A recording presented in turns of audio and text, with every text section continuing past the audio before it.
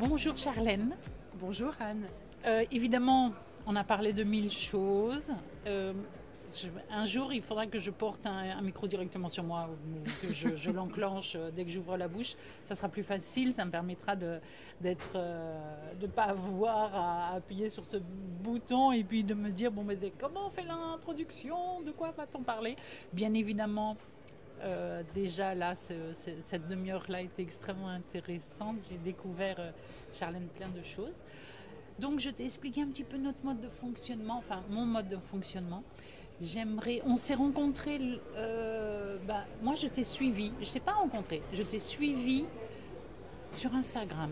Parce que pareil, tu parles de joaillerie, donc autant dire que ça va direct dans mon cœur, dans mon cerveau, dans mon ADN. C'était en plus bien fait, donc ça aide. Merci. Mais je t'en prie, le travail t'en revient. C'est pour ça qu'il faut le dire. Et puis, j'ai vu aussi, moi, une chose qui m'a particulièrement touchée, c'est que tu parlais bien de ce métier-là. Non pas qu'il y a des gens qui en parlent mal, c'est pas tellement la formulation n'est pas exacte, mais c'était de dire que tu avais une attention, quelque chose. Donc, moi, tout de suite, ça m'a interpellée et je me suis dit, mais mon Dieu, mais qui est derrière ce profil-là? Je veux absolument la rencontrer. Alors, si tu veux bien te mettre dans l'exercice, je vais te demander de parler un peu de ton parcours. Bien sûr. Souvent, j'explique que le parcours est important dans le sens où ça permet de découvrir, toi, tu fais quelque chose aujourd'hui, mais qu'est-ce qui t'a amené sur ce chemin-là? Parce qu'il n'y a pas que des autoroutes, il y a d'autres voies qui se prennent. Et donc, si tu veux bien, je te laisse la parole et je te laisse parler. Bien sûr, avec plaisir. En tout cas, merci pour l'invitation avant tout. Je suis très contente d'être ici avec toi, déjà dans un endroit magnifique, très à l'image de Paris et de la joaillerie. Exact. Donc, super. Et c'est vrai que même si la joaillerie, ça reste très récent pour moi parce que je suis arrivée dans ce milieu-là de façon vraiment par hasard. Et j'ai vraiment eu un intérêt très rapidement pour le milieu, donc le fait de pouvoir en discuter, je trouve ça toujours très intéressant. Et voilà, de pouvoir aussi partager moi ce qui me plaît dans le milieu, ce que j'ai pu aussi remarquer sur ces quelques mois dans le milieu, sur différents aspects, que ce soit en atelier, que ce soit aussi dans les boutiques des plus grandes maisons au monde, mais aussi dans des boutiques de joailliers indépendants. Donc j'ai pu voir beaucoup de choses et je sais aussi que c'est un milieu qui intéresse une cible qui est de plus en plus jeune, en tout cas une cible assez jeune, qui seront probablement les futurs consommateurs aussi. Donc voilà, je pense que c'est important de parler de tous ces savoir-faire qu'il y a derrière, qui ne sont pas souvent mis en avant, ou en tout cas qui sont parfois un petit peu aussi, dont le travail est attribué aux maisons, alors que derrière il y a quand même pas mal d'équipes qui font le travail et parfois qui ne sont pas mis en valeur à leur juste valeur. Alors, pour parler de moi, il y aurait beaucoup de choses à dire. C'est jamais évident de parler de soi ou de se présenter. C'est pas l'exercice le plus facile, mais fais au mieux. Alors, comment ton me parcours présenter peut-être, déjà, commençons. Oui, alors, pour remonter de façon la plus ancienne, sans forcément parler du collège, mais en tout cas au lycée, et dans ma scolarité, j'ai toujours été plutôt bonne élève, une enfant assez calme, plutôt même introvertie, qui fait les choses un peu dans son coin et qui est plutôt assez investie aussi dans ce qu'elle fait, assez proactive. Par exemple, alors ça datait justement, on en a un petit peu parlé, mais quand j'ai eu un problème de santé il y a quelques années, j'ai été hospitalisée pendant plusieurs mois et le temps était très long en étant hospitalisée. Et donc j'ai ouvert mon premier blog, j'avais 13-14 ans. Donc j'ai rapidement été dans la création de contenu un peu involontairement au début pour occuper le temps. Et tu racontes quoi alors, à cette origine-là? Oui, alors je faisais pas mal d'activités manuelles. Okay. J'aimais beaucoup et donc à ce moment-là c'était pour présenter un peu ce que je faisais, mais je me souviens j'avais un pseudo, c'était même pas mon vrai prénom, enfin voilà, c'était déjà il y a quasiment 12 ans. Donc même les blogs il y a 12 ans c'était pas du tout ce qu'il en est aujourd'hui. Mais en tout cas, voilà, j'ai été assez tôt dans le milieu de la création de contenu Et après, j'ai été aussi un peu sur YouTube, enfin j'ai fait beaucoup de choses. Et je me suis orientée vers des études en communication. Donc j'ai commencé une licence avec un intitulé un peu pompeux et le contenu il était beaucoup moins efficace aussi pour une mise en place sur le terrain. Mais c'était une licence des sciences de l'information et de la communication. Puisque comme j'étais déjà un petit peu sur les réseaux et que à ce moment-là c'était plutôt ce qu'on appelait du lifestyle en fait, le contenu qui était partagé, eh bien j'avais déjà pu me former chez Google, donc dans les bureaux YouTube et tout ça, donc j'avais quand même eu c'était quelque chose de très intéressant et j'avais eu un intérêt aussi pour ces axes de communication qui sont toujours ceux finalement que je fais aussi aujourd'hui. Donc j'ai fait cette licence que j'ai arrêtée 2-3 mois avant d'être diplômée. Alors ça a été pour mes parents probablement... Ça a été assez difficile à ce moment-là sur ce choix-là. Donc au niveau de ma licence, donc, j'ai fait ma première année à la Sorbonne à Paris.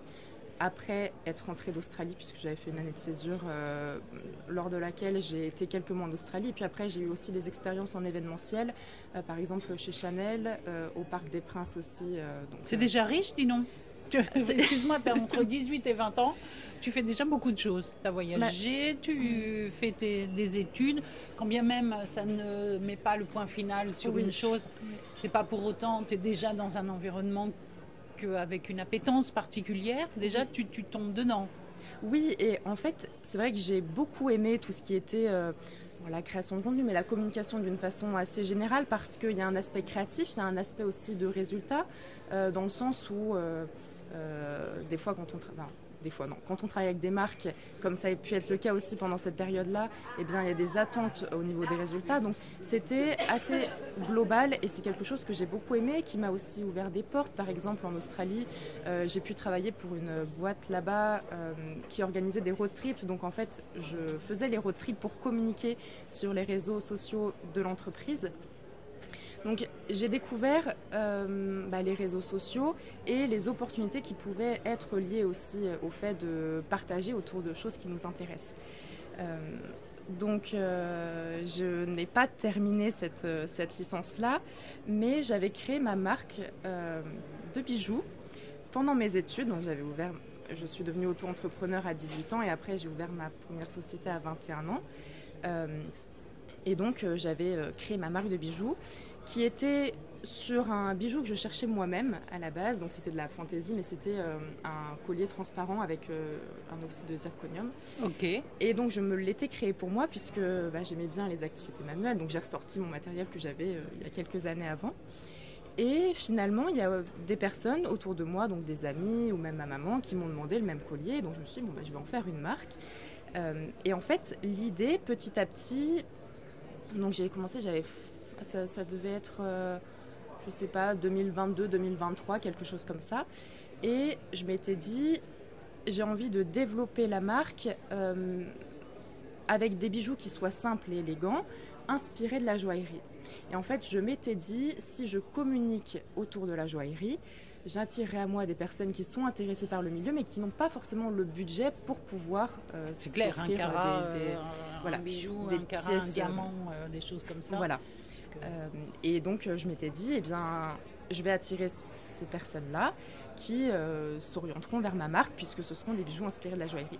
Et finalement, l'aspect d'information autour de la joaillerie et le média, en quelque sorte, a pris beaucoup plus d'impact que la marque. Donc, à un moment donné, j'ai aussi dû faire des choix par rapport à ce que je faisais. Donc, la marque, je l'ai mis en stand-by. C'est quelque chose qui reviendra un petit peu plus tard. Mais rapidement, il y a eu des maisons qui m'ont aussi contactée pour m'ouvrir leurs portes. J'ai pu voir des ateliers et petit à petit... Donc, c'est cette première porte-là où toi, tu as envie de créer quelque chose qui est pour ton usage perso, on va dire. Exactement. Et qui s'étend un peu plus. En fin de compte, c'est cette porte-là qui te fait rentrer dans ce domaine-là. Dans le milieu des bijoux. Dans le domaine des bijoux, sachant que tu as déjà pas mal, entre guillemets, d'expérience sur la création de contenu, qui est le truc le plus compliqué. Alors ça, je ne m'en rends pas vraiment compte en étant dedans. Mais parlons-en à d'autres. Et autant, c'est l'aspect le plus compliqué souvent. Et en tout cas, moi, c'est vraiment celui qui m'a passionnée. Donc c'est vrai que sur ces dernières années, je faisais pas mal de création de contenu pour des sujets un peu différents, que ce soit pour des clients ou quoi. Et petit à petit, eh bien, je me suis nichée sur les bijoux et la joaillerie.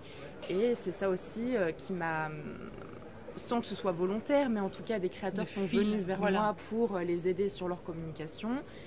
Des maisons sont aussi venues vers moi pour communiquer sur leurs produits. Et donc, en fait, ça s'est fait de cette façon-là. Des agences de relations presse qui sont venues vers moi pour m'inviter sur des événements de lancement de pièces et pour pouvoir communiquer dessus aussi. D'accord. Et donc, aujourd'hui, c'est pour ça que quand on te regarde sur ton profil, on voit que tu es introduit dans certaines maison ou que tu as la possibilité de voir des bijoux, c'est de ce fait-là, c'est de cette expérience-là qui t'a amené dans ce domaine. C'est par le biais de ces derniers mois. C'est vrai que, alors il y a jusqu'à le compte s'est réorienté en janvier de l'année dernière. D'accord. Mais avant janvier, je n'avais aucun contact. Ok. C'est du tout neuf. Oui, pour la joaillerie, oui, c'est très récent. Déjà, je n'avais pas de connaissances particulières, je n'avais pas de contact. Vraiment, je n'avais aucune prédisposition à m'axer vraiment sur le milieu de la joaillerie et le haut de gamme en fait du bijou. D'accord. Donc tu es à l'aise dans... Alors, donc c'est la création de contenu, c'est l'écriture, c'est la visualisation, les images, l'écriture. Qu'est-ce qui fait que ta patte, comment toi tu l'identifierais? Ta patte ou ta manière d'être ou ta vision des choses? Puisque les gens viennent à toi. Mm-hmm. Qu'est-ce qui fait qu'ils viennent chez toi, Charlène, pour trouver un écho? Alors, je pense déjà que j'ai la chance en quelque sorte d'être sur un secteur sur les réseaux sociaux dont on parle assez peu en France. Donc les personnes qui s'y intéressent, il n'y a pas 50 comptes qui parlent de joaillerie, aujourd'hui en tout cas, même si je vois que c'est de plus en plus présent. Mais je pense effectivement que il y a encore beaucoup à faire sur le marché et que les gens, quand ils cherchent, en fait, ils tombent sur mon compte notamment. Et je pense aussi peut-être, alors je veux pas que ça semble prétentieux de dire ça ou quoi, mais je pense que j'ai peut-être une approche qui parle aux gens, en tout cas. C'est ça, c'est peut-être la patte, Charlène, que je cherche et que j'essaie de trouver, c'est de voir. Et puis il y a aussi le fait que les marques sont très à l'aise pour parler d'elles, mais en même temps, c'est pas que ça discrédite, loin de là, leur dire ni les images, mais on sait qu'elles vendent quelque chose. Oui. Or, toi, tu peux peut-être... Merci. Ou toi, tu mets en valeur d'autres choses. Est-ce que le regard extérieur n'a pas plus d'intérêt et met pas plus en exergue les choses? Alors que quand on parle...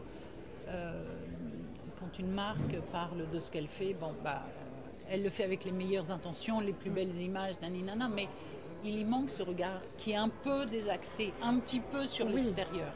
Oui, alors un intérêt pour les marques d'avoir des personnes qui parlent de leurs produits. Exactement. Oui, et ça d'ailleurs, ça n'est même pas propre à la joaillerie, c'est quel que soit les milieux. Non, mais la joaillerie l'applique plus maintenant. J'ai l'impression. Je pense, alors encore une fois, moi j'ai probablement pas suffisamment de recul pour me rendre compte comment est-ce que les choses étaient il y a plusieurs années, mais je pense que la joaillerie a quand même toujours eu une image de milieu très fermé. D'entre-soi. Voilà, on ne va pas laisser n'importe qui parler de nos produits, ça je pense que c'est quelque chose qui était très contrôlé. Je me souviens même sur les toutes premières vidéos, alors je ne vais pas mentionner la maison, mais en tout cas c'est une maison très, très connue de joaillerie. Il y avait la personne qui s'occupait des relations presse qui me demandait qui est-ce que j'étais pour parler de leurs produits. Est-ce que j'étais journaliste? Alors non, j'étais pas journaliste. Les photos, c'était celles qui étaient déjà présentes sur leur site internet, il n'y avait rien de plus que ça. Donc depuis, je parle beaucoup moins de cette marque-là. Même si je reçois maintenant les dossiers presse ou les informations pour communiquer désormais sur les modèles, mais c'est vrai qu'au début, et pourtant c'était il n'y a pas si longtemps que ça, c'était il y a 1 an, donc Et je pense il y a quelque chose qui est en train de se vulgariser dans les maisons. Peut-être que les maisons n'en ont pas conscience, d'abord parce qu'elles sont, comment dire, elles ne vivent que autour de leurs produits. Donc elles n'ont pas une vision forcément externe, ou alors elles voient la concurrence. Et la concurrence est hyper bornée aussi. Tout le monde est très très borné. Oui. C'est son histoire, son marketing, ses critères, on en parle comme ci, comme ça. Or, peut-être que tous les comptes auxquels toi tu participes, et puis est-ce qu'il n'y a pas aussi une histoire de génération, de deuil nouveau avec des clients nouveaux et qui se font moins prendre au discours marketing? Est-ce qu'il n'y a pas quelque chose comme ça? Oui, si, tout à fait. Et puis la communication, de toute façon, a toujours beaucoup évolué. C'est aussi pour ça que j'en parlais tout à l'heure, mais au niveau des études, alors effectivement, si on veut être médecin, avocat, les études sont à suivre et ça c'est... Mais dans le milieu de la communication, suivre des cours qui partagent des informations qui étaient valables il y a 5 ou 10 ans, aujourd'hui c'est plus possible. Donc moi j'ai beaucoup plus appris en étant sur le terrain et puis parfois en travaillant gratuitement aussi pour certains clients qu'en étant en cours, quoi, parce que déjà j'ai pas forcément envie de taper sur tout ça, mais les professeurs ne sont pas des personnes, sont des professeurs, ne sont pas moi j'étais à la fac, donc ce ne sont pas des intervenants extérieurs. Ce ne sont pas des professionnels non plus. Des fois, ils ne sont pas dans l'entreprise et ils n'ont pas la visibilité. Voilà. Non, c'est des profs de com. Voilà. Il y a un petit peu un décalage de ce qui est vraiment pratiqué sur le marché et de ce qui est attendu ensuite. Donc, tu sais, c'est un peu comme en gémologie, c'est-à-dire que tu as le principe du professeur de gémologie et quand toi tu achètes des pierres, tu te familiarises avec plein d'autres éléments, c'est-à-dire que tu vas sur le terrain et tu rencontres des gens et tu dois te faire une autre façon. Dans le principe, tu as reçu ton instruction. Celle-là, il faut quand même pas mal l'adapter parce que sur le terrain, ça ne donne plus les mêmes choses. Oui. Et c'est pour ça qu'on dit souvent, tu as des gémologues de théorie, tu as des gémologues qui sont des scientifiques, et tu en as d'autres qui sont des nomades et qui partent dans les mines. Ce ne sont pas les mêmes profils. Donc toi, pareil, tu as ce regard qui dit que... Et puis le monopole, Charlène, de la joaillerie par les grandes maisons, c'est un peu comme tout, c'est-à-dire on abaisse le niveau aussi, on n'enrichit pas le fait de maintenant d'avoir un autre regard, d'avoir des générations qui demandent des précisions, qui demandent... alors quand quelqu'un te dit dans les RP, tu n'es pas journaliste, mais les journalistes ne s'intéressent pas aux maisons de joaillerie parce que c'est pas dans leur domaine, il n'y a pas d'information. Donc on pourrait aussi leur dire ça, tu vois, c'est juste, on essaie de séduire. Enfin, il y a un discours qui est un petit peu, j'allais dire, il faut être conscient du discours. Il y a des gens qui veulent présenter de jolies choses. Oui. Et en face, il y a des gens qui veulent bien recevoir l'information, mais à l'heure actuelle, est-ce que l'information, elle n'est pas différente, elle n'est pas... on parle de plus en plus du diamant de synthèse, du diamant naturel. On parle de plus en plus de ce qui se passe loin, alors qu'avant, on était centré sur la place Vendôme et c'était le bout du monde. Oui, exactement. Et alors c'est vrai que cette anecdote, journaliste ou pas, c'est assez épisodique, ça ne m'est pas arrivé après. Enfin, c'était vraiment, cette fois-ci c'est arrivé, mais après, au contraire, les marques venaient plutôt vers moi pour communiquer. Mais c'était quoi la question ? Que le monde de la joaillerie sort un peu de son carré magique de Place Vendôme et des explications et va vers un public qui est plus en demande d'information. C'est-à-dire que dire que l'émeraude c'est la plus grosse, c'est la plus belle. Oui. Alors les marques, chacun défend aussi un peu sa peau et puis le message est orienté forcément aussi en fonction des objectifs de chaque marque. Un message, ça a toujours un objectif particulier. Après, pour revenir sur cette histoire des journalistes, certains journalistes se sont spécialisés en joaillerie, mais d'autres personnes qui sont passionnées aussi par le milieu peuvent communiquer. Et c'est vrai que moi, ce que j'ai voulu faire, c'est partager ce qui était une passion naissante, partager ce que j'apprenais, c'est-à-dire que le mardi, j'apprenais quelque chose, le mercredi, je le remettais sur du contenu, en fait. Donc, j'apprenais vraiment en même temps que ce que je partageais. Donc, c'est un processus un petit peu différent. Moi, à l'origine, j'avais pas forcément de volonté de mettre en avant des modèles. C'était plutôt l'histoire de la joaillerie, l'histoire des marques aussi que je trouvais très intéressante. Et en fait, je partageais, moi, ce qui me passionnait et je me disais, bon, bah, ça va probablement parler aussi à d'autres personnes. Le faire découvrir à un plus grand nombre et être moins dans l'entre-soi. Certaines fois, la joaillerie. Oui. Pour des raisons X ou Y, c'est historique. Ça reste de l'entre-soi. Et pour la fabrication, il y a du côté confidentiel aussi que je comprends parfaitement. Oui. Mais je trouve qu'il y a une nouvelle génération, vois-tu, qui est plus curieuse. Oui. Qui n'a pas besoin juste qu'on susurre de trois choses. Ils ont besoin que les informations soient plus sûres, vérifiées. Est-ce que toi, tu n'es pas ce maillon qui est en train de se faire sur une génération ? Alors, cette notion d'entre-soi, moi, je ne me sens pas vraiment concernée puisque je n'avais pas de contact, en fait, au début. Donc, si je voulais partager, eh bien, c'était à partir de ce que je trouvais sur Internet, parfois sur des contenus en anglais, que j'essayais de simplifier pour les réseaux sociaux. On ne peut pas faire un article avec des milliers de mots, en faire un post Instagram. Donc, il fallait quand même simplifier les choses. Et c'est vrai aussi que j'ai essayé de ne pas avoir de parti pris, c'est-à-dire que je parle de diamants de synthèse comme je parle de diamants naturels. Mais il est vrai que parfois, il y a des joailliers que je vais voir et qui cassent un peu les diamants de synthèse. Moi, je leur dis, je n'ai pas... L'objectif de ce contenu, c'est de partager sur le milieu de la joaillerie, de montrer ce qui existe, ce qui se fait, pour laisser ensuite à chacun le choix d'acheter telle ou telle pièce ou de s'orienter vers telle ou telle maison. Mais c'est vraiment un contenu qui a pour but d'informer et donc parfois qui fait aussi de la promotion de bijoux sans que ce soit vraiment l'objectif principal. Mais c'était vraiment un contenu informatif au début. Et qu'est-ce qui te plaît ? Qu'est-ce que toi, avec ton regard extérieur, tu découvres un milieu ? Quelle est la première chose qui t'a le plus surprise ? Alors, une fois passé l'émerveillement, puisque ça fait rêver la joaillerie. Ah, mais moi je suis là pour ça, j'adore rêver. C'est magnifique et puis tout est lié en fait. Donc le bijou fait rêver, mais il y a tous les environnements aussi. Quand on va dans une boutique, Place Vendôme, c'est magnifique, tout est très bien pensé. Il y a un storytelling aussi qui joue justement à cet émerveillement. Mais une fois passé ça, je dirais que ce qui m'a le plus surprise en quelque sorte et aussi beaucoup touchée et ce qui a influencé mon envie de communiquer aussi sur ça, c'est les savoir-faire.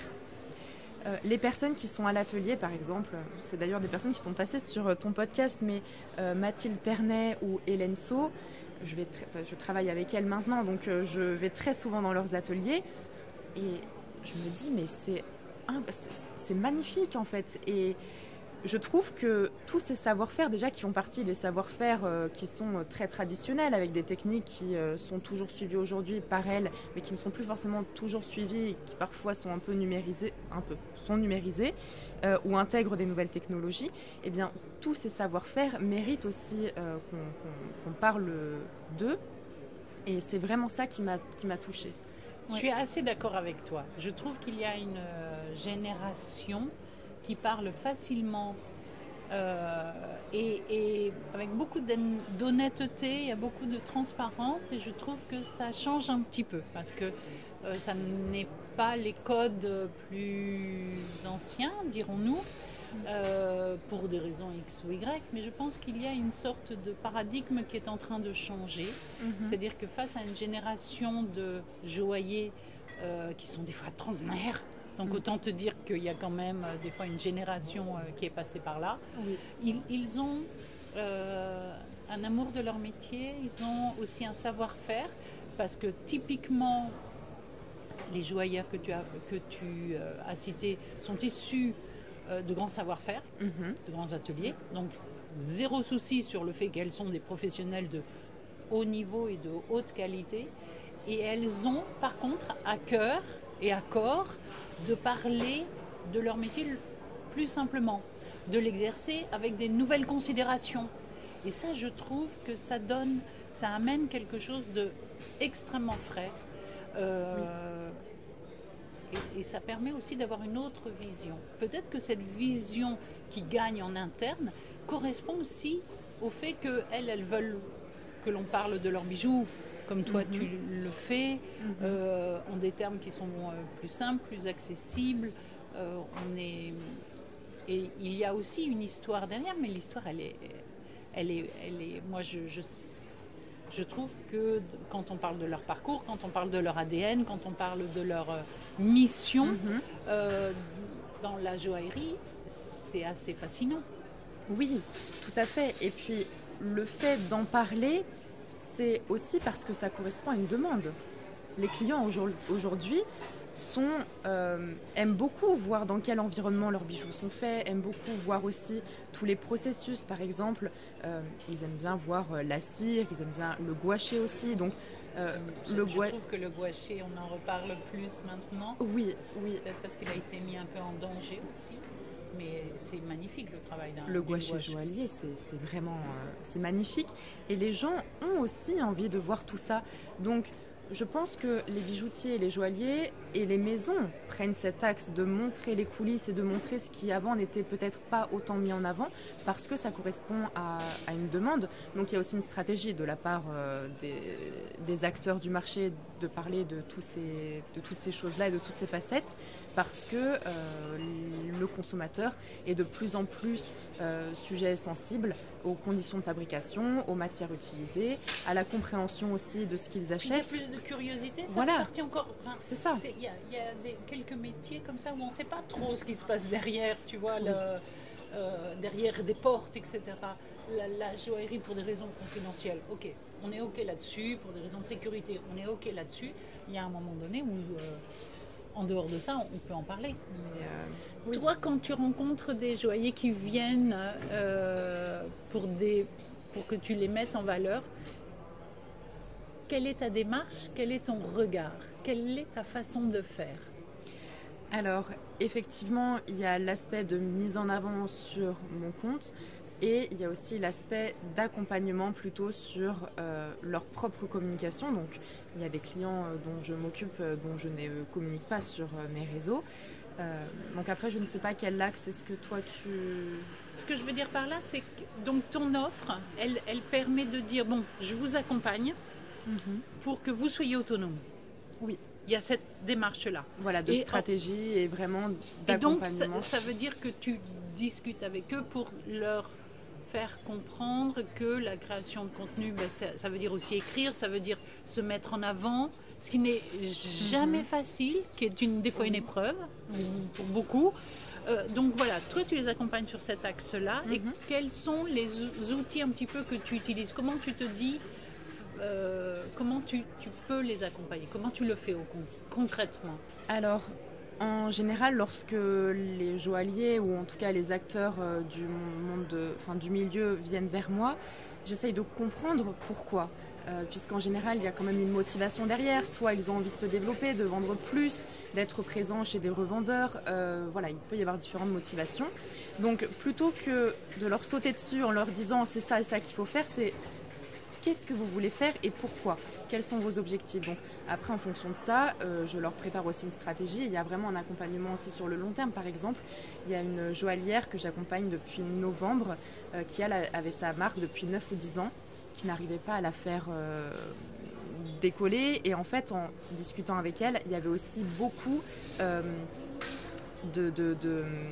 blocages qui concernaient plus l'attitude, l'état d'esprit, qui en fait vont avoir après des répercussions aussi sur la façon dont on gère son activité, les limites qu'on se met, l'auto-sabotage et tout ça.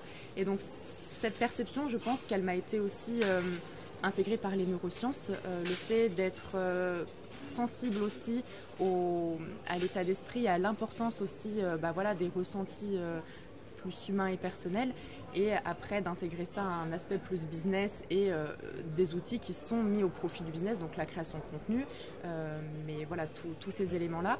Et c'est vrai que j'essaye de faire un petit peu un package de tout pour comprendre quels sont les objectifs et ensuite de faire en sorte d'emmener les joailliers là où ils ont envie d'aller.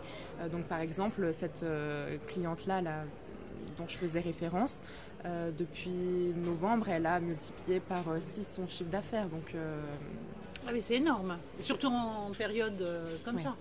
Donc elle en est très contente et en fait on a mis en place donc plusieurs stratégies une stratégie qui intègre plusieurs axes dont la création de contenu mais aussi d'autres axes commerciaux et voilà et un aspect un peu psychologique aussi parce que donc elles ont mon numéro donc des fois elles m'écrivent quand elles ont des doutes et en fait il y avait beaucoup de doutes et parfois de l'auto-sabotage qui sont déterminants sur l'orientation que va avoir une activité.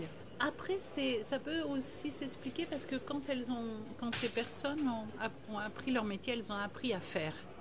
Mm-hmm. Et j'apprends à faire, j'apprends pas à comment dire, à promouvoir sa propre personne parce que souvent les joailliers ont travaillé en atelier, se mettent derrière leurs produits, se mettent derrière leur savoir-faire. Enfin, des fois, il faut que c'est dans la pampa, tu vas les chercher. Oui. Et pourtant, c'est à toi de te mettre pas en scène, mais c'est pas forcément facile. Oui, et puis il y a beaucoup de choses aussi qui sont normales pour eux. C'est-à-dire que tout ce savoir-faire, moi, qui m'impressionne, j'en parlais avec Hélène ou Mathilde, mais pour elles, ça fait partie de leur quotidien. Donc, elles ne perçoivent pas vraiment ce qui peut... La valeur ajoutée. Voilà, exactement. Qu'elles ont. Exactement. Qu'elles mettent. Oui. Et qui font que, quand tu achètes un bijou à l'un ou à l'autre, à quelqu'un qui les fait, il y a forcément de toi, parce que tu diriges les opérations, et ça, on ne le dit jamais assez, mais... il y a aussi la joaillère qui met aussi un peu de son histoire, des choses comme ça. Et donc, il faut que ce soit des histoires qui se tissent un peu. Oui, sans que l'une prenne le dessus sur l'autre. Mais oui, tout à fait. Ça demande quand même Est-ce que toi, tu remarques que c'est une génération particulière qui vient vers toi? Ou est-ce que tu as affaire à une prise de conscience qui est générale. Et le fait que tu aies un peu ces outils d'accompagnement les aide à... Parce que je trouve que c'est assez nouveau, ces outils mis à la disposition des ateliers, parce qu'on pourrait penser que c'est compliqué, mais la façon dont elles le mettent en pratique, ça a l'air d'être plutôt naturel. Ce qui... on a fait un bond presque. Oui, tu veux dire par rapport aux joailliers? Voilà, par rapport aux joailliers qui sont derrière leur établi, qui ne parlent pas de leur savoir-faire, qui ne parlent pas de leur joaillerie. Là, tout d'un coup... Oui. Alors effectivement, au niveau même de la cible en quelque sorte, ça va être une cible complètement différente des personnes qui suivent mon compte ou des personnes qui vont venir vers moi pour les aider à communiquer.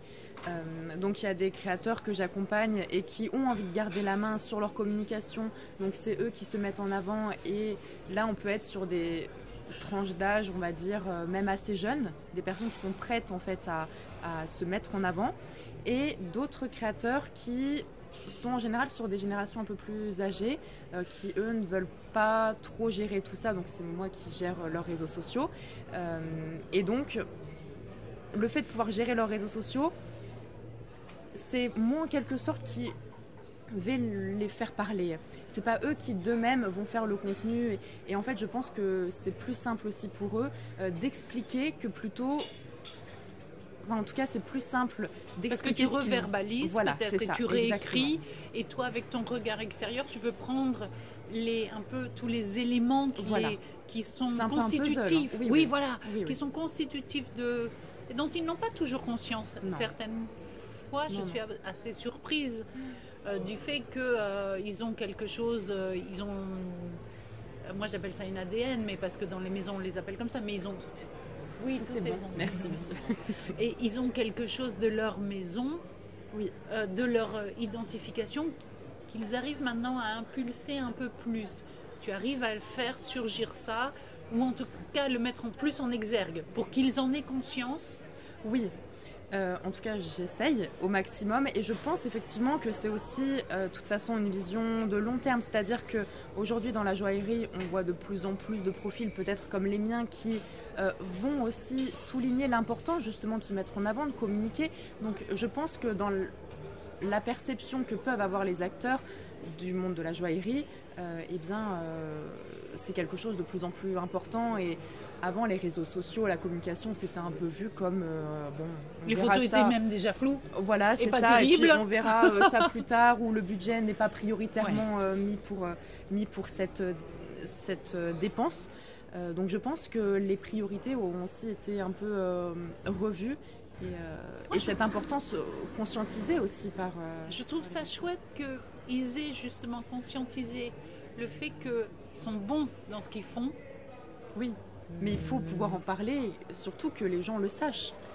Parce que, alors bon, ça c'est aussi autre chose, mais il y a beaucoup de marques, alors que ce soit dans la joaillerie ou pas, mais de marques qui ont des budgets marketing importants, et un savoir-faire peut-être moins, pas admirable, mais en tout cas moins compliqué que d'autres marques avec un savoir-faire qui est très technique, très traditionnel, qui n'auront pas le budget marketing qui leur permettra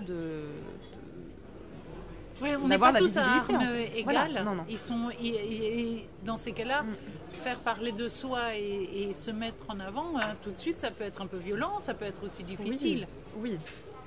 C'est un exercice, hein. C'est un exercice et c'est vrai que, alors quand je reprends les vidéos que je faisais sur YouTube il y a quelques années, tout est en privé aujourd'hui, mais c'est des archives qu'on ressort pour rigoler. Mais voilà, après, ça fait partie du processus, mais c'est comme tout, une joaillière pendant son CAP. Mais peut-être que toi, tu leur fais gagner du temps. On va dire ça, Charlène. Ouais. Tu leur fais gagner du temps, tu leur permets une visibilité en sécurité, tu leur permets aussi un discours qui est quand même pas audible, j'allais dire, mais tu vois, compréhensible et qui traduit plus facilement ce qu'ils sont. C'est l'objectif aussi. C'est vrai que quand je gère des réseaux sociaux, que j'accompagne des marques, c'est pour simplifier les choses, pour aussi qu'elles soient guidées. Et des fois, il y a aussi des joaillières, puisque je travaille surtout avec des joaillières, ou des entrepreneurs, c'est-à-dire des créatrices de bijoux, mais qui ne créent pas forcément leurs bijoux. Elles ont besoin d'être guidées, parce que la communication, ça peut sembler tellement vaste qu'on ne sait pas vraiment par quoi commencer. Tout le monde y va aussi de son petit conseil, donc ça peut être difficile de savoir qu'est-ce qu'on fait. Et voilà, d'être. Donc je pense qu'elles se sentent guidées, en tout cas c'est ce qui met l'écho que j'en ai. Il y a une bienveillance. Moi j'entends toujours parler d'une bienveillance de ta part. Je trouve. J'essaye.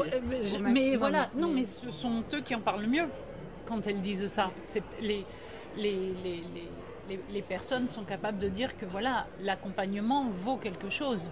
Tu vois. Oui, exactement. Alors, c'est vrai que moi, je me fixe surtout sur les résultats des clientes, mais mais toi, moi, je suis plutôt sur les résultats. Donc, oui, tu mets le niveau oui, si je suis concret. gentille, tant mieux. Mais on va dire que elle, de ce qui m'est communiqué, elles se sentent vraiment comprises. Sans jugement aussi, donc ça dans c'est important pour moi de prendre les choses comme on me les dit, mais de ne pas porter un jugement sur les matières qui sont utilisées, sur ci, sur ça, sur la façon de faire. Enfin, voilà. Après, j'ai quand même la chance de pouvoir aussi choisir les clients avec lesquels je travaille, c'est-à-dire que si je vois qu'au niveau des valeurs ou des façons de faire, ça ne matche pas, soit je refuse la collaboration, soit je me rends compte plus tard et à ce moment-là, je dis moi ça me correspond pas sur la façon de faire et ça m'est déjà arrivé d'arrêter de travailler avec des clients parce qu'on n'était pas alignés ou il y avait des façons de faire qui, moi, n'étaient pas celles que j'avais envie d'avoir dans mon quotidien professionnel. Ouais. Ça c'est intéressant, c'est rarement dit. Charlène, dans ton organisation, ça veut dire, parce que j'imagine que tu as plusieurs clients, Mhm. Tous ne parlent pas la même langue. Enfin, je ne parle pas du français, hein, mais je parle d'un langage artistique, créatif, Oui. etc. Donc, moi, ce qui m'épate, c'est que toi, tu puisses mettre tes pas dans leur sillage pour traduire et créer un environnement. Donc, ça demande de ta part. Tu vois, je visualise le boulot, je visualise le travail à faire, la préparation, parce qu'un post à Instagram ou peu importe LinkedIn, quel que soit le domaine dans lequel tu es, ça demande, il ne suffit pas d'écrire 3 phrases pour que ça fasse quelque chose. Oui. Il faut déjà que les 3 phrases, elles disent quelque chose. Tu vois, qui est... Si, voilà. Si possible, effectivement, c'est mieux. Voilà. Donc ça veut dire quoi? Comment toi, quelle est la partie de ton cerveau qui est... Ça me... Je suis assez intéressée de voir comment tu peux fonctionner. Oui, alors déjà en fonction des axes, par exemple le conseil que je vais pouvoir faire pour la communication, ça va être du conseil, c'est-à-dire que je n'aurai pas le dernier mot. Des fois, il y a des marques qui veulent rester dans certaines, même au niveau de l'ADN, tout ça. Dans des effets de langage, dans des effets d'image, dans des choses comme ça. Donc, il y a du conseil. Les entreprises, les marques en font ce qu'elles veulent. C'est vrai que c'est important aussi de ne pas parler quand on est avec des clients de ce qu'on aime ou de ce qu'on n'aime pas, mais de ce qui est factuel et de ce qui pourrait être bon ou pas pour eux. C'est-à-dire que quand on a sa propre création de contenu, c'est difficile au début, maintenant j'ai réussi à... Mais c'est difficile au début de ne pas donner sa patte aux autres. Je ne sais pas exactement comment verbaliser ça, mais en tout cas de ne pas influencer ce que l'on aime et de le faire appliquer à tous les autres. Puisque justement, comme tu le mentionnais tout à l'heure, c'est important pour chacun de garder justement ce qui les différencie, donc que ce soit au niveau...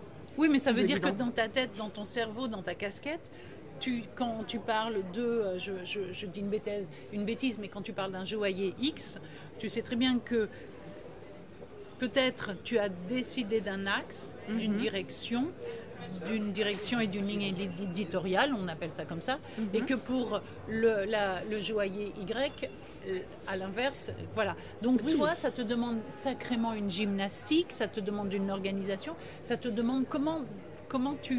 Alors, il faut réussir à être très détaché de chaque client, c'est-à-dire que quand tu travailles pour un client, tu es pour ce client-là, et c'est uniquement avec les paramètres que tu as de ce client-là et les connaissances factuelles que tu peux avoir de la communication. C'est-à-dire que, après, il y a des stratégies que tu utilises pour des clients que tu peux dupliquer pour d'autres, mais c'est pas parce qu'un client va avoir tel style de couleur ou telle façon de parler qu'il va falloir le dupliquer sur les autres, parce que sinon... Parce qu'on est dans le domaine de la joaillerie, c'est le domaine des bagues, c'est le domaine des pierres de couleur ou des pierres ou des diamants. Exactement. On reste dans un domaine qui est très borné par ces critères-là. Donc après, comment l'intérieur se fait? Et c'est toi qui arrives à mettre ça, à faire autrement. Oui, et c'est vrai que... Alors c'est... en fait, tout part de la compréhension du client, de ce qu'il a envie aussi de communiquer, de ce qu'il... Alors, surtout quand ce sont des créatrices ou des créateurs qui sont sur des petites structures, en général, c'est leur bébé. Donc, il y a un aspect aussi très émotionnel et sentimental qui est lié. Il y a une explication du pourquoi est-ce que la marque a été lancée. Donc, en fait, c'est réussir à retranscrire tout ça parce que chacun a des histoires, a des motivations et a des ambitions qui leur sont propres. Et c'est sur ces éléments-là qu'il faut se baser pour pouvoir communiquer correctement autour de ça. Parce qu'en fin de compte, tu récupères toutes ces informations qui sont très vastes, presque dans l'émotionnel aussi. Exactement, tout à fait. Dans le je travaille telle chose parce que ça me parle comme ça. Toi, tu récupères toutes ces informations-là pour après les mettre à plat. Exactement. Donc, tu as un côté qui est très concret. Oui. Et beaucoup plus qu'on ne le pense. Enfin, on pourrait penser que tu pars dans leur direction ou que tu... En fin de compte, non. Tu ramènes les choses à des essences, à des points. Exactement. Et je pense aussi que c'est peut-être justement une force en quelque sorte de parfois réussir à stabiliser en quelque sorte les choses, parce que des fois il y a des créateurs, mais ça va dans tous les sens, c'est en fonction de ce qui les inspire, en fonction de ce qu'ils voient, et puis parfois aussi un peu de l'influence de ce qu'ils perçoivent dans les autres marques ou sur les réseaux sociaux. Donc c'est important de rester aussi dans le factuel, de ne pas partir dans tous les sens, de faire les choses de façon stratégique. Des fois il y a des entrepreneurs, mais en tout cas des créateurs qui vont vouloir mettre en place plein de stratégies, vouloir tester plein de choses. Et moi, je leur dis, hormis s'éparpiller, là, c'est peut-être pas judicieux. Donc, je pense aussi que... Ta connaissance des outils voilà. permet de centraliser les différents éléments. J'aime bien cet aspect, en fin de compte, je trouve qu'il est très sain, cet aspect concret. C'est-à-dire que forcément, c'est leur monde, mais de ce monde-là, ça leur appartient. Oui. Toi, tu vas juste en tirer quelques fils pour dire, bon, voilà, le travail, il est fait comme ça. Là, on est sur des éléments. Et je comprends mieux maintenant quand je vois tes parutions, ce qu'elles disent. Ça me semble beaucoup plus transparent. Maintenant que tu l'as verbalisé comme ça, tu vois. Okay. Et ça, c'est ton travail. Parce que ce n'est pas le travail d'un joaillier, j'imagine bien que c'est pas ça. Mais tu vois, ça m'intéresse de voir maintenant, de comprendre mieux ta vision, ta propre vision. Oui, et c'est vrai que, alors, en fonction de... Si je communique pour les joailliers sur leur propre compte, ça va être leur message et vraiment leur message, leur ADN. En revanche, c'est important aussi pour moi, quand c'est sur mon compte, de garder exactement ce que j'ai envie de partager, de rester objective et de ne pas avoir de ne pas être l'ambassadeur en quelque sorte du message que veulent avoir les marques. Donc ça c'est une limite qui est hyper touchy. Oui. Diplomatiquement parlant, tu navigues sur une zone dangereuse. Dans le sens où je communique sur ce que je veux sur mes réseaux sociaux. Bien sûr, je ne vais pas faire quelque chose qui va à l'encontre ou qui soit négatif pour une marque. Mais tu as aussi ta propre vision. Voilà. Des choses. Voilà, par exemple, un joaillier qui va me dire « Moi, je fais que des diamants naturels parce que les diamants de synthèse, ils ont tel et tel et tel inconvénient. » Eh bien, moi, je ne vais pas prendre leurs arguments pour les rendre universels parce que déjà, c'est le message pour son activité à lui. C'est sa visibilité, sa vision. Voilà. Donc, c'est vrai que je me renseigne beaucoup et je me forme beaucoup pour savoir justement qu'est-ce que j'ai envie de communiquer et rester la plus neutre possible dans les informations que je partage. Il est vrai que des fois, on a des guerres de partis, mais des partis de rien. Enfin, tu vois ce que je veux dire, c'est comme... Est-ce qu'on est pour ou contre les diamants de synthèse ? Non, dans l'absolu, on n'est ni pour ni contre. C'est une réalité. On va commencer par ça, c'est une réalité. On en fait... C'est le discours qui est certaines fois de blanchir un peu les choses ou de verdir les choses ou de faire un éco-blanchiment. Ça fait partie des fois, je dis un peu du folklore, qui n'est pas toujours... mais toi, tu restes un petit peu sur cette zone qui est assez... Comment dire ? Une ligne blanche.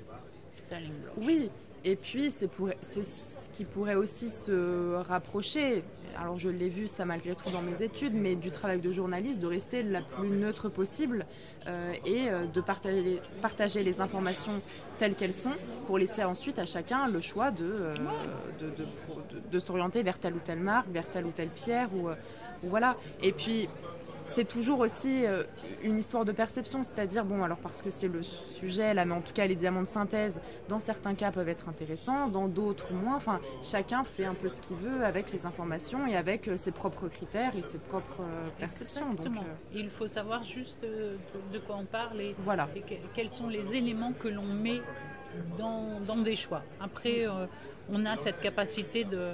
Et je pense qu'il y a de plus en plus cette génération qui est en mesure de faire des choix et de savoir ce qui se passe. Et personne n'est dupe de rien. C'est pas mieux, c'est pas moins bien. C'est comme pour toi. Oui, mais la joaillerie, ça reste malgré tout un secteur sur lequel les gens n'ont pas beaucoup de connaissances en tant que consommateurs. Donc, que ça ils peuvent vite être influencés. Si moi, par exemple, je fais un post... Et pourtant, c'est pas un truc scientifique de dingue, et pourtant, c'est pas un truc de... Oui. Je veux dire, c'est pas... c'est pas comme le droit où tu dois faire... tu dois apprendre énormément de choses pour... Oui, mais ça peut avoir des enjeux quand même assez importants. Si, par exemple... on achète un bijou avec un certain prix et on se rend compte que parce qu'on n'a pas eu les bonnes connaissances ou les bonnes questions à poser à la personne, en fait c'est des pierres de synthèse qui ont été vendues ou des pierres traitées. Mais là on est sur la malhonnêteté. Oui, c'est la limite. Voilà. Mais les clients ont peur de ça aussi. Oui, mais c'est le mélange des genres. Il y a des mélanges des genres qui se font et il y a de la malhonnêteté. Oui. Regarde... Je ne sais plus quel est le gémologue qui me disait qu'il était allé en Colombie et sortir de Colombie, il y avait un mineur qui lui avait sorti des pierres de synthèse de la mine. Bon, heureusement qu'il avait, tu vois, de quoi lire et découvrir que... Oui. Donc la malhonnêteté, tu fais avec, tu fais sans, tu fais comme tu peux, quoi. Ok. J'aime bien la façon dont toi tu bornes un petit peu les choses. Et qu'est-ce qui est le plus complexe dans ton domaine ?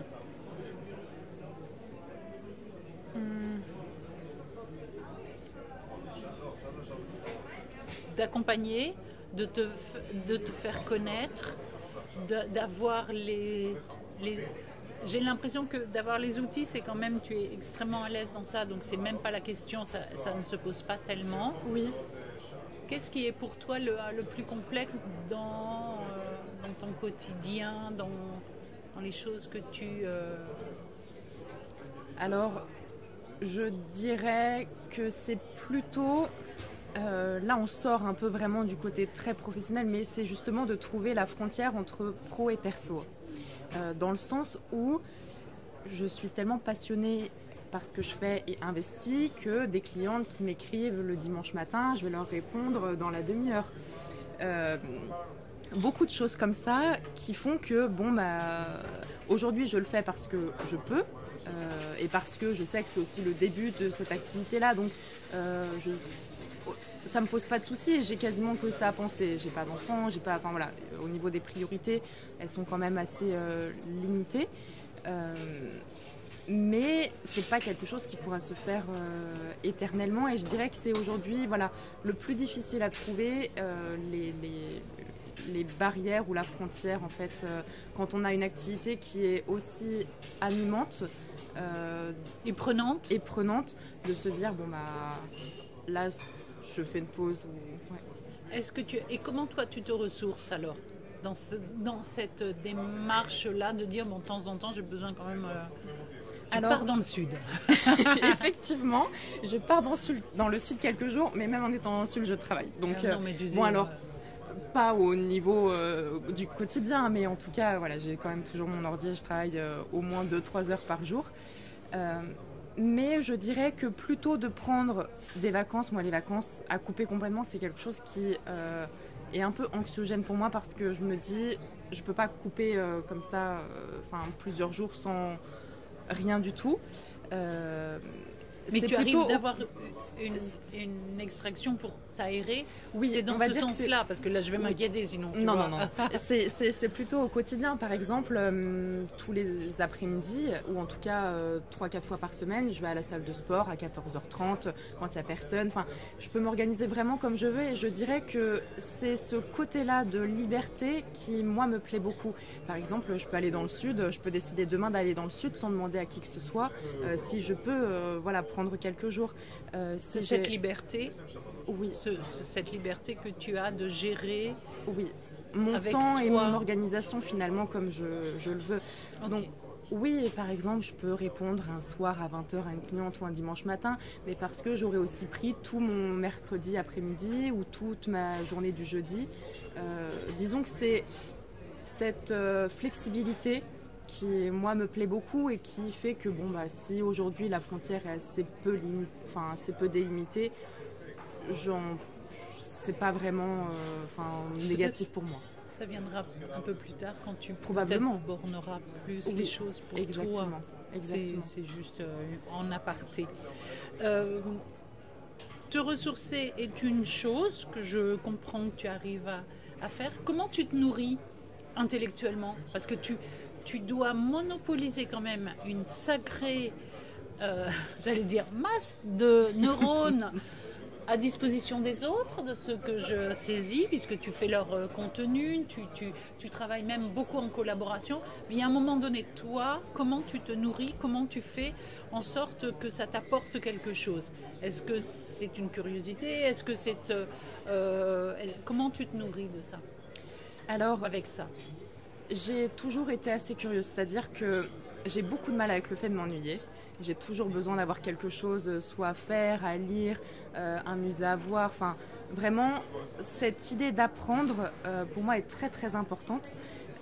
Et donc, que ce soit par le biais des rencontres, que ce soit des rencontres en atelier avec des créateurs, que ce soit des rencontres avec des grandes maisons, que ce soit des rencontres même avec des personnes du quotidien qui n'ont rien à voir avec la joaillerie. Ces rencontres sont très riches et apportent beaucoup au niveau personnel. Donc je m'enrichis beaucoup de ça aussi. Et puis après, c'est vrai que... Alors, par exemple, il y a certaines personnes qui aiment beaucoup regarder des films. Moi, j'ai un peu du mal avec les films ou les séries. Par contre, je vais adorer regarder des documentaires, toujours dans cette optique d'apprendre. Mais voilà, c'est vrai que j'aime aussi parfois me promener dans Paris sans destination particulière, juste parce que j'ai envie... des fois d'être sur la place Vendôme, des fois de me balader sans trop savoir où est-ce que je vais. Et en fait, c'est ça qui me nourrit et me permet aussi en quelque sorte de me ressourcer, en plus du temps que je peux passer avec mes proches. Ouais. Sache que la marche est un très bon accélérateur au niveau du cerveau pour les... Je suis assez une adepte du truc.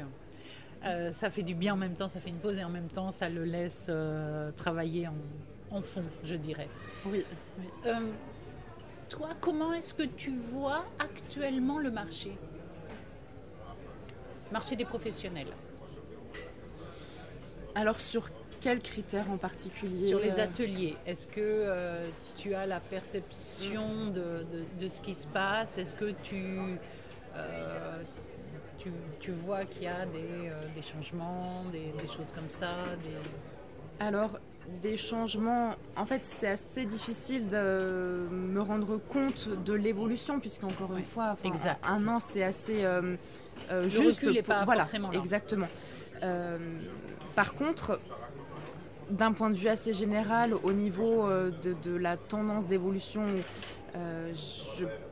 les messages que j'en ai, c'est que c'est assez compliqué, c'est que c'est un milieu qui est dépendant de beaucoup de facteurs, du cours de l'or, du cours des pierres, des pierres disponibles sur le marché, de la demande des clients. Mais la demande des clients est aussi liée au pouvoir d'achat, qui correspond, qui n'est pas forcément aligné avec les prix que peuvent pratiquer aujourd'hui les joailliers, avec le cours de l'or. Tout est très lié. Et c'est vrai que j'ai l'impression que c'est un milieu... En tout cas, c'est un marché aujourd'hui qui est assez compliqué. Et pourtant, c'est aussi un secteur qui attire vraiment des jeunes qui ont envie d'être dans le milieu. Je ne sais pas quelle va être l'évolution déjà des prix qui vont pouvoir être pratiqués sur les prochaines années. Si le cours de l'or continue d'augmenter, les professionnels pourront plus... la hausse des choses, des prix des matières premières. Exactement. Et le pouvoir d'achat des clients n'augmentera pas de la même façon. Et non plus l'envie de consacrer des budgets aussi importants à du matériel finalement. Donc je pense qu'il y aura une nécessité aussi pour les joailliers de s'adapter à la demande. Donc peut-être que ce sera en revoyant les matières utilisées, peut-être de l'argent, peut-être... mais je pense que il y aura... Même l'argent a augmenté, le prix du cuivre a augmenté. Enfin, il y a beaucoup de choses comme ça qui font que c'est... Et pourtant, il y a quand même un secteur du marché où les gens continuent de consommer. Dans l'ultra-luxe, il n'y a pas la même crise. Voilà, mais exactement. Dans l'ultra-luxe, la crise n'a pas n'est pas la même dans ces marchés qui sont très haut de gamme. Et là, bon, on est sur des, tu vois, on parle sur de grosses sommes et des gros bijoux et des choses comme ça. On n'est pas du tout. Mais d'un autre côté, l'Access Prime, les bijoux de Access Prime, qu'est-ce que ça devient quoi? Ça fait quoi? C'est difficile aussi de justifier que telle bague, enfin uniquement sur le cours de l'or, que telle bague valait, je prends un exemple, mais 1800 il y a 3 ans, et aujourd'hui elle vaut 2500. C'est ça. C'est compliqué.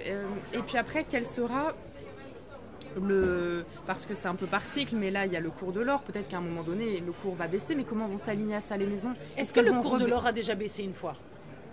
Honnêtement, non. Je ne sais pas comment est-ce que les 25 ans de choses, on les a jamais vues. Mais là, c'est vrai qu'en une année, cette hausse, elle est extravagante, quoi.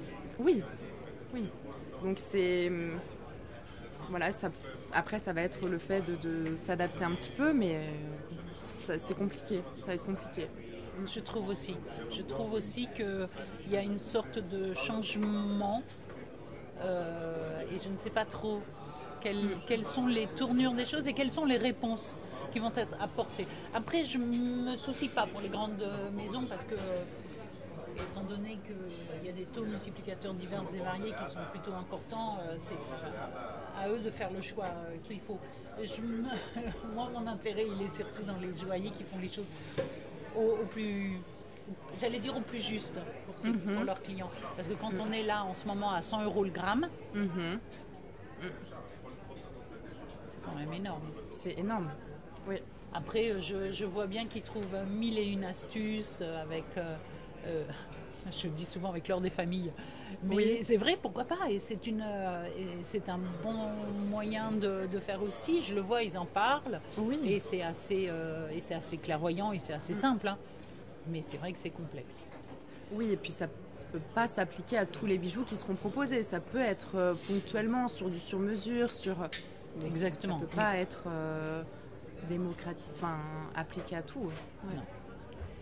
Est-ce que tu veux que l'on parle de choses en particulier, Charlène, d'une chose, ou est-ce que toi tu as le sentiment qu'on a parlé de ton métier? Moi, moi j'étais très heureuse d'entendre parler de ton métier parce que... C'est gentil, merci. De la gentillesse, c'est parce que c'était intéressant, Charlène. Charlène, quand c'est intéressant. Faut y aller. Tu vois, c'est ça. Moi, j'ai appris quelque chose. J'ai appris que tu laissais la part au créateur, au joaillier, et que toi, tu n'avais pas de... Ce qui est très rafraîchissant, c'est que tu n'as pas de diktat. Non, pas vraiment. Oui, ça effectivement. Mais pour le fait de laisser... quand on accompagne les gens, on n'est pas là pour les influencer ou leur dire c'est absolument ça à tout prix qu'il faut faire. L'accompagnement, c'est guider, mais c'est pas avoir le dernier mot et puis vouloir faire appliquer sa vision des choses.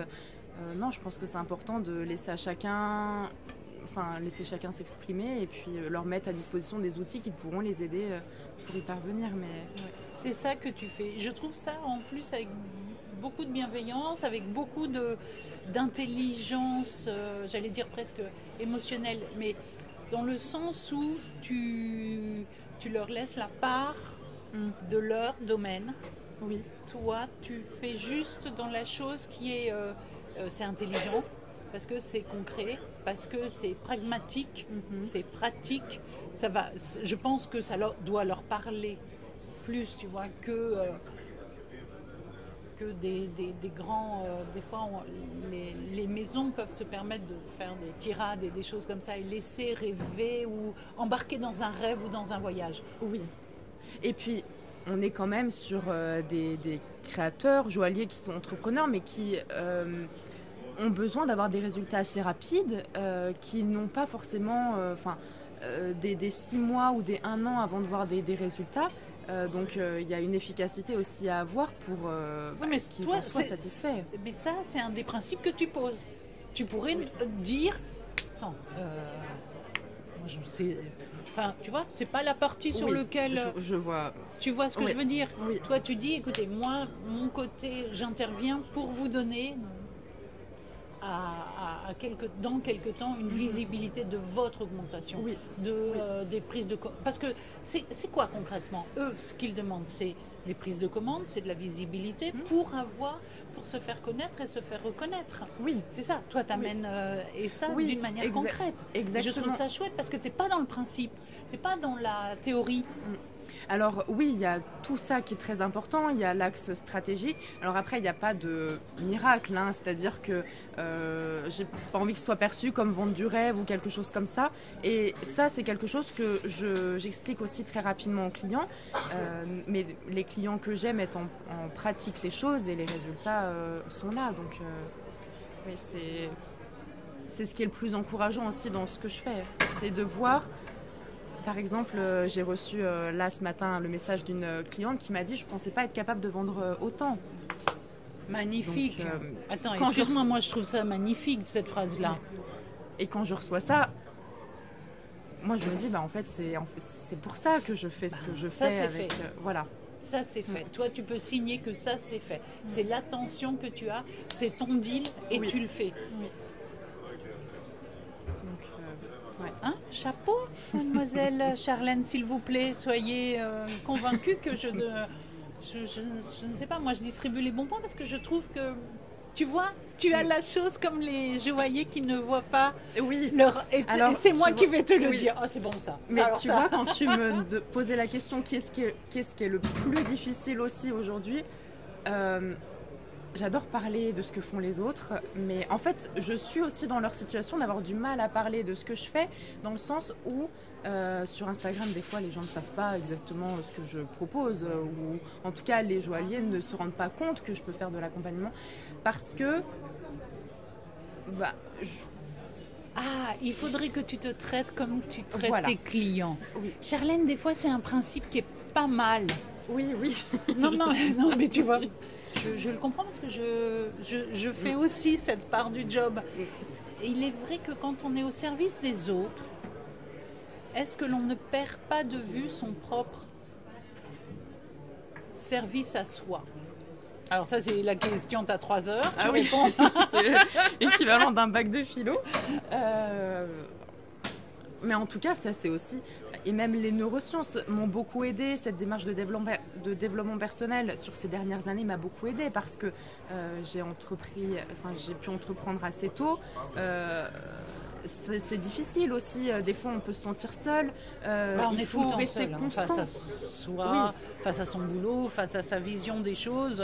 Mais il faut rester constant face aux décisions qui sont prises. Moi, quand j'ai arrêté mes études, ça a été lourd. Donc il faut aussi faut avoir en tout cas le développement personnel sur ça et les neurosciences, la compréhension m'ont beaucoup aidé, mais ce sont toujours des outils que j'intègre aujourd'hui, alors Merci beaucoup Charlène de cette tu vois, je suis sortie de l'atelier. Je suis en train de me dire qu'il y a des choses qui se font autour des métiers de la joaillerie. Je suis super contente parce que je découvre d'autres profils, d'autres personnalités. Et tu sais quoi? C'est aussi chouette que dans les ateliers. Donc là, moi, ça va faire mon bonheur. Hein. Je te le dis tout de suite. Eh bien, en tout cas, c'était super de pouvoir en discuter. Et je suis très touchée aussi que tu aies pensé à moi pour cet épisode. Donc, merci à toi, Anne. Je fais toujours partie de la team... Je pense que les gens sont intéressants. Je te rejoins et on est d'accord sur ça. Merci beaucoup, Charlène. Merci Anne, à bientôt.